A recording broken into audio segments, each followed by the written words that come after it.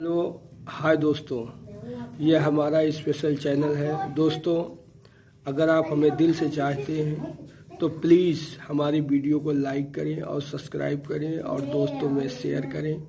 और हाँ, bell icon के बटन को दबाना ना भूलें ताकि जब भी हम कोई नई वीडियो अपलोड करें सबसे पहले आप तक पहुँचे। धन्यवाद।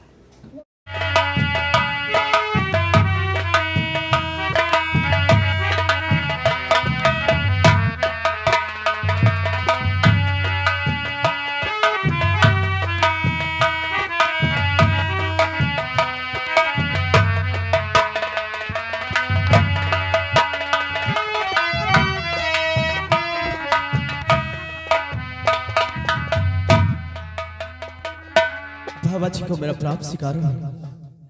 बाबा जी प्रणाम। खुश रहो बच्चा।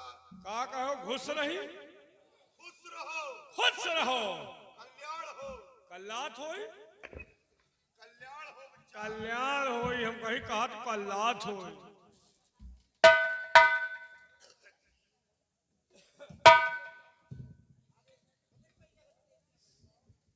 बेटी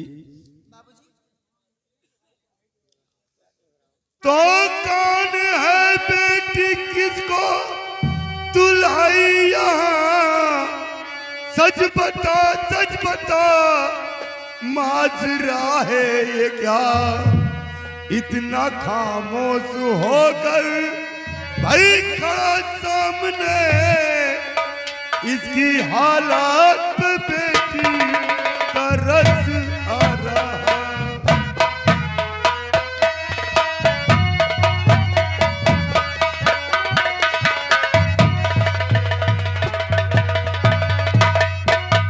कौन है बेटी जो तू अपने आश्रम पे लेकर आई है और इतना खामोश होकर क्यों खड़ा है?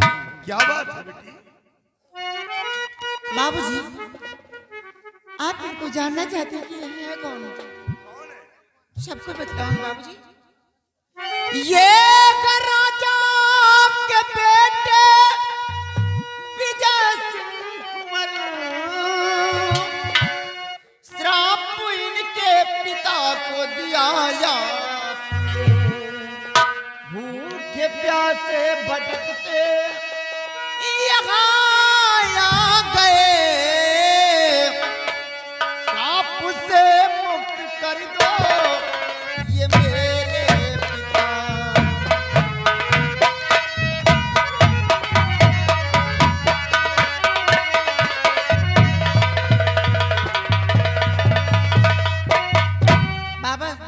बाबूजी, घबराने की कोई ऐसी बात नहीं है। ये महाराज धारा रत्न महाराज के बेटे राजकुमार विजय सिंह हैं।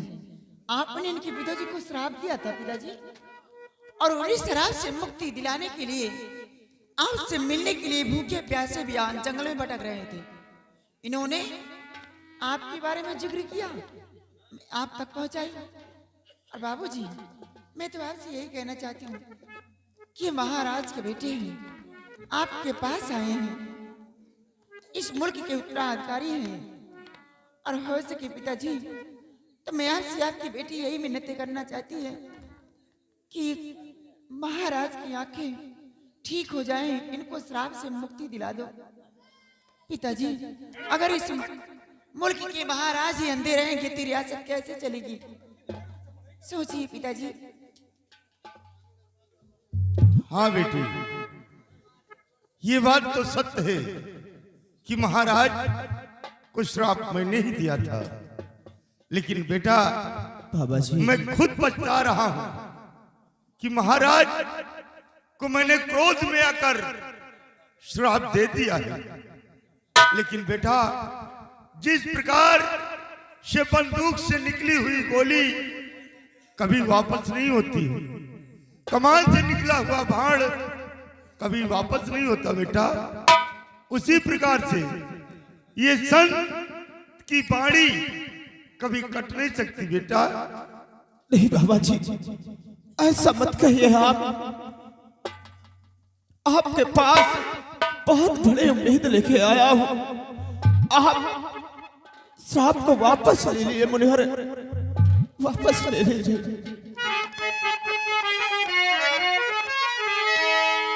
श्राप वापस करना लिया आपने, सर पटक कर अभी जान दे दूंगा मैं। खाली हाथों महल का और नहीं जाऊंगा, मुंह पिताजी को कैसे मैं दिखलाऊंगा।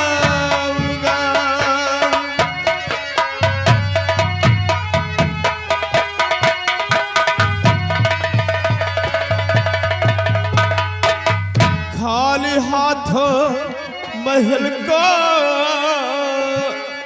और नहीं जाऊंगा, मुंह पिताजी को कैसे मैं दिखलाऊंगा।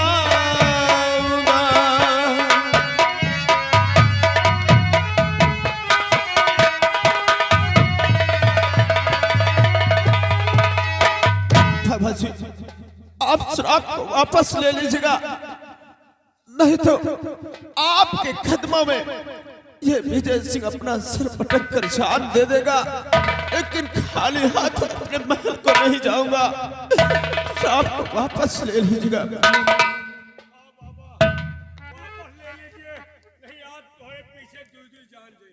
किसके पीछे बच्चा? बाबा जी, श्राप को वापस ले लीजिएगा। बेटा, तुम लोग जिद क्यों करते हो? अब महाराज की आंखों में रोशनी कभी नहीं आ सकती। नहीं तुम लोग वापस अपने राजभवन को लौट कर जाओ। ऐसे तो नहीं जाऊंगा मुनिवर। अगर आप श्राप को वापस नहीं लोगे तो इसी वक्त मैं इसी जगह अपना सर पटक कर अपनी जान।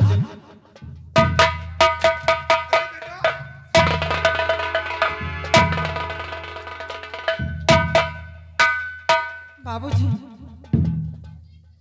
ये इतनी बड़ी प्रतिज्ञा कर चुकी है कि खाली हाथों वापस नहीं जाऊंगा। अगर पिताजी आप श्राप वापस नहीं ले सकते हैं तो कम से कम कोई मार्ग तो होगा, कोई उपाय तो होगा जिससे महाराज की आंखें ठीक हो सकती हैं।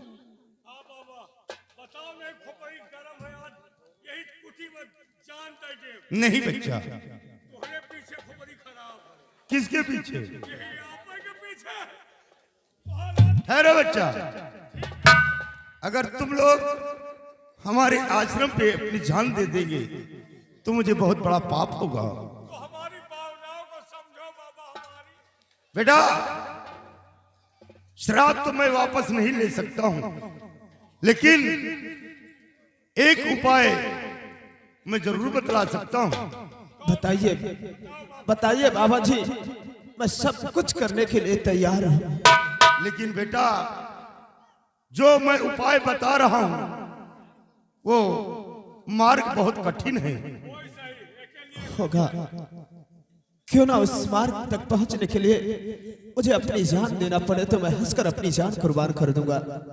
तो सुनो बेटा, यहां से 300 मील दूर पूरब दिशा जाने के बाद 300 मील पूरब दिशा जाने के बाद एक शंकुधारी वन है। उस वन में एक सुनाली नाम का पर्वत है। सोनाली नाम का पर्वत है और वहां का राजा त्रिकाल देव जादूगर है। छिना देव है, त्रिकाल देव बच्चा, त्रिकाल देव। बदजुबानी मत करना बच्चा। नहीं बाबा, समझ नहीं पावा। नहीं, हमारे मुख से कुछ निकल आए और तुम्हारे जिंदगी में अपना निकारो, एक निकार क्या घान है हम। तो समझो बच्चा, वो त्रिकाल देव जादूगर बहुत खतरनाक जादूगर है और उसकी बेटी का पहरा बॉर्डर पे हमेशा लगा रहता है। और उस के अंदर एक गुफा है जहां पर त्रिकाल देव अपनी पूजा करता है। उस गुफा के अंदर एक चांदी का कटोरा है। चांदी का कटोरा? उस कटोरे में एक फूल खिला हुआ है। फूल?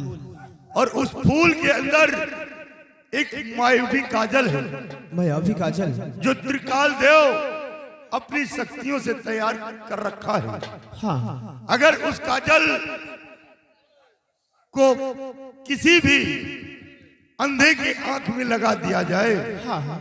तो क्यों ना किसी संत का दिया हुआ श्राप हो, लेकिन उनके आंखों में रोशनी आ सकती है। और वो काजल इतना शक्तिशाली है, अगर वो जादूगर अपने आंखों में लगा लेता है तो गायब हो जाता है। दुनिया को तो वो देख सकता है, लेकिन दुनिया उस त्रिकाल देव जादूगर को नहीं देख सकता।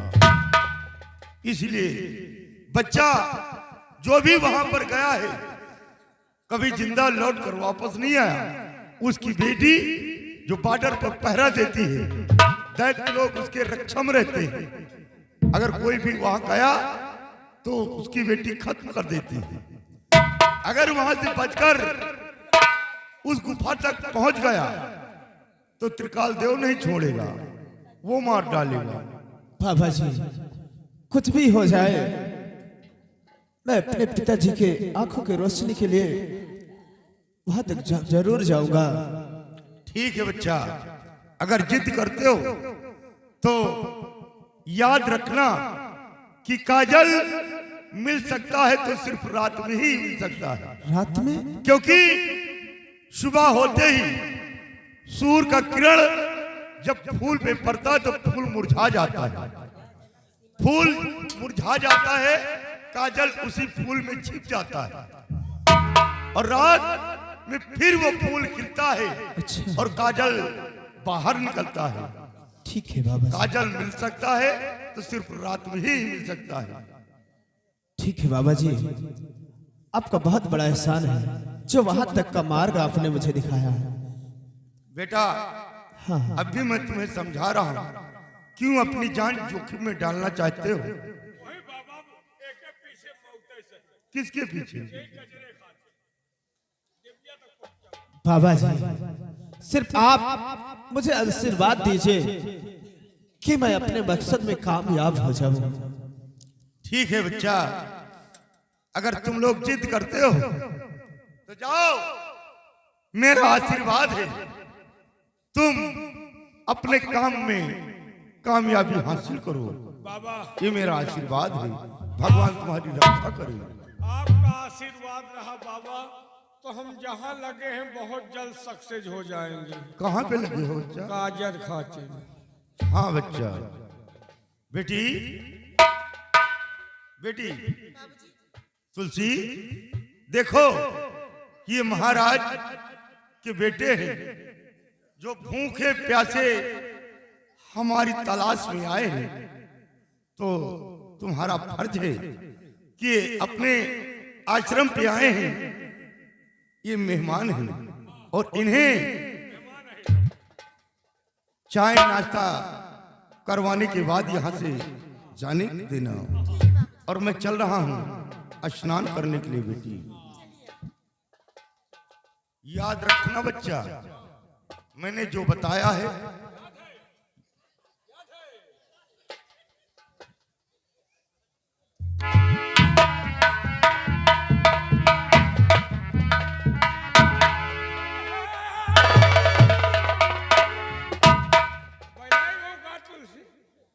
तोहरे पप्पा तो हमका मेहमान मान ली है। कहीं तक कि मेहमान आए, इनका नाश्ता पानी कराओ, मंगाओ, अंडा रोल बनवाओ। गर्दन काट दूंगी, समझ लेना। तुलसी, मत करना मुझसे।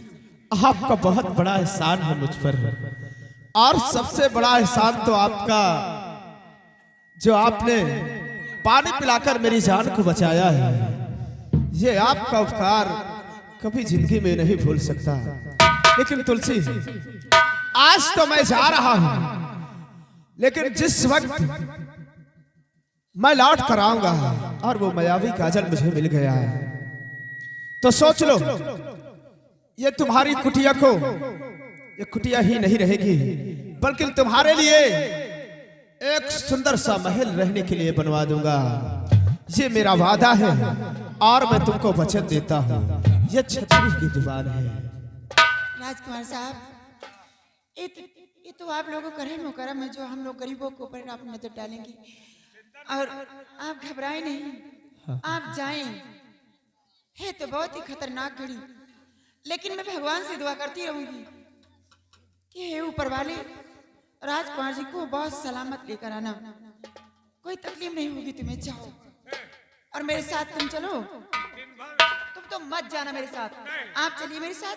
दिन भर इनका दुआ करो, दोपहर में हम को दुआ कर लो कि आ जाए लौट। तुमको तो मैं मनाऊंगी, तुम मर जाओ वहीं पर। जिंदा लौट जाए तो तुम्हारी जिंदगी सुधर जाएगी। धरती के बोझ बने हो। कब बोझ है? ठीक है तुलसी, चलो चलो, मैं आपको नाश्ता करवा देती हूँ, उसके बाद हाँ, जाना। ठीक है, बहुत दिन से भूखा हूं। तुमको तो कुछ नहीं कराऊंगी। चुपचाप अब चलो। राजकुमार साहब आप चलो। हाँ। और इनको नाश्ता पानी कुछ नहीं दूंगी। ठीक है। मैं तो भूखा नहीं तो अघान है। एक शर्त पे नाश्ता तुम्हें करवाऊंगी। बताऊं? अगर तुम मेरे भैया बनो तब। भैया तो हमें जवान हाथ में राखी का धागा बांधूंगी तुम्हारे। मर जाओ तबो ना भैया बना। भैया बने ये हम। तुम नहीं बनोगे तो तुमको नाश्ता पानी। हाँ, इसको खाना भी नहीं देना है। और सुनो रे प्यारे भाई, प्रभु के भरोसे हक घाड़ी, प्रभु के भरोसे